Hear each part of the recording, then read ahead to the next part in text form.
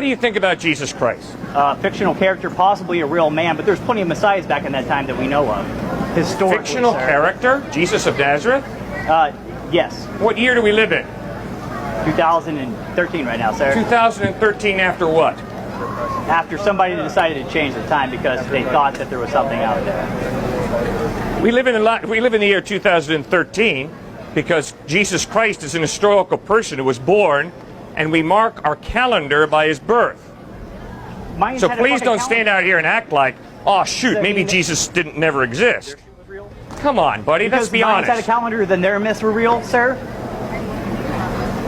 Jesus Christ was an historical person who lived, taught, died, and rose from the dead. That's history. That's not mythology.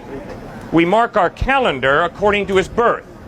So come on. So what? Think. The new calendar, then that doesn't apply anymore. So is it true then because of no calendar? Or is it false because of no calendar? Those aren't No, arguments. I'm just trying to point out to you how illogical you're being when you say Jesus didn't exist. No, I'm saying That's the illogical. fictional character of the Bible, that person that performed miracles, is it's way too much for anything to ever have happened. There might have been somebody that was back there that went to certain places and did preach about peace, but there was nothing mystical or divine about it. All right, fine. But the point is, he was an historical person who really lived.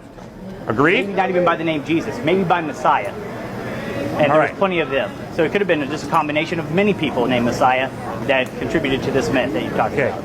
So how do you determine whether a document is historically reliable or not? Evidence like that we have of a Caesar or something like that. Okay, what evidence do we have of a Caesar that convinces you Caesar lived?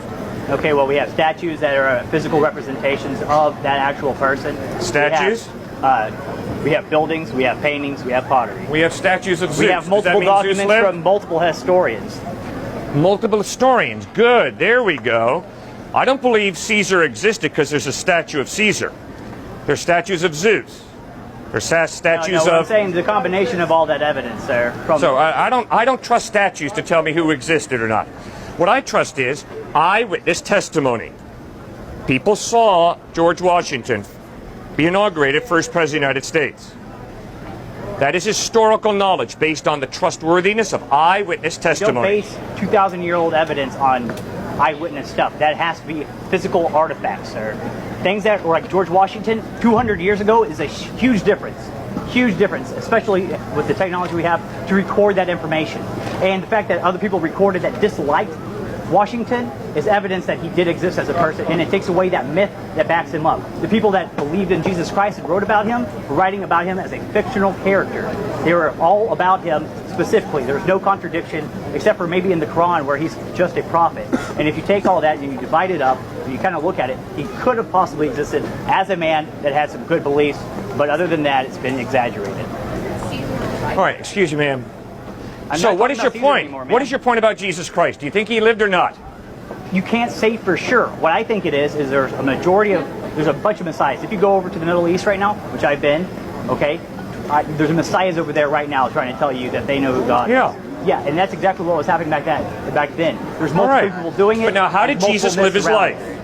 So Jesus made some incredible claims. You're still talking about one person. I think it was a majority. I think personally it was multiple messiahs, and that they took all those different stories, compiled it to benefit themselves in controlling people like you right now. Like I'm controlling people? Listen to him. I'm controlling people? No. What I'm saying is raising people up through the doctrine is controlling them in that sort of manner, sir. Fine. But we're here having an open-minded discussion, and nobody has to be here, right? You're here because you choose to be. Because it's America, not because of your religion, sir. Fine. But reality is people are here because they choose to be, not because they have to be. Yeah. All right? Now, the reason that I trust Matthew, Mark, Luke, and John to give me accurate historical information is because, first of all, the internal harmony. 4 different eyewitness accounts, no contradictions, internal consistency. Wrong. Side-by-side comparison, you can do it yourself. There's tons of internal contradictions, especially if you do it on... Give me one.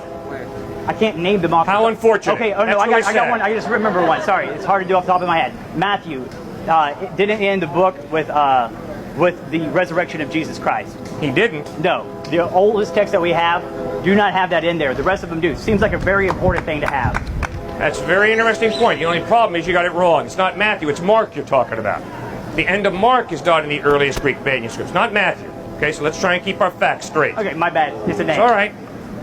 I don't so do it's the this Gospel right of Mark. job, You're obviously. right. The end of the Gospel of Mark is not in some of the earliest Greek manuscripts.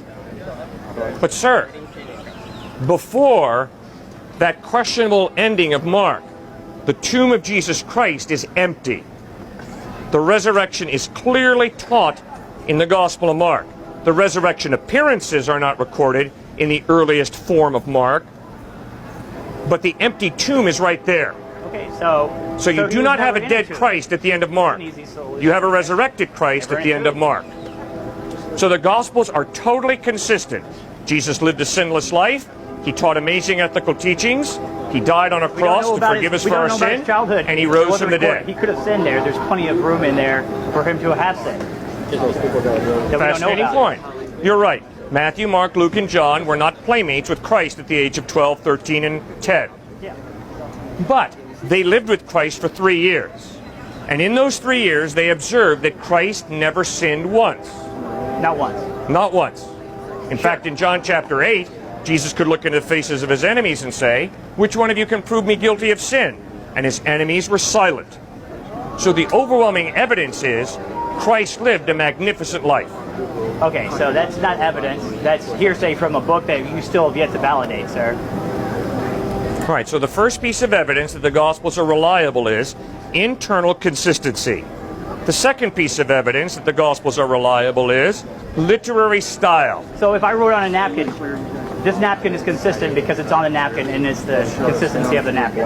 Does that mean that it's true, sir, because it's written consistently? No. You're not listening. I am listening. No, you're not. You keep giving us like very misleading I did not say if you write on a napkin or if you write on a piece of No, what paper I'm saying, something. you're arguing the We had consistency 4 inside different of authors, itself. Matthew, Mark, Luke, and John.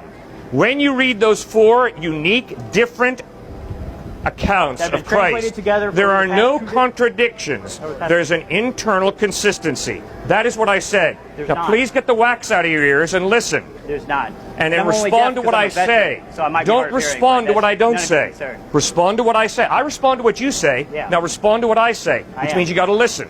Doing it. So listen. I'm listening. All right. Third test. When any document claims to be historically reliable is archaeology. Yes.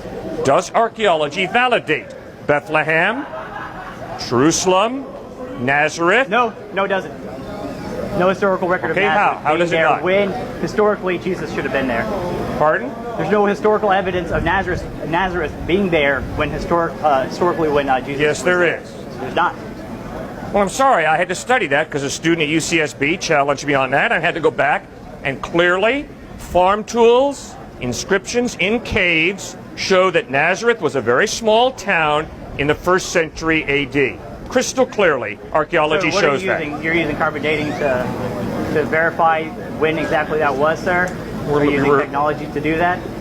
We're using archaeology, and we're using What are you inscriptions using in to date it, caves, and we're using farming tools and the dating of farming tools. Okay, so- in Nazareth. Nazareth was a So 1st scientific century measures Palestinian to town. determine your farming tools date are good for you, but not good enough to tell you that the Earth is billions I of can years old. promise you, sir, I didn't do the study. I'm not an archaeologist. Okay, so Archaeologists did that in Nazareth in Palestine. okay, so one person did that because from what I understand is that there's such a huge gap in when that could have been that it's more likely than not probable that that town did not exist when Jesus was born.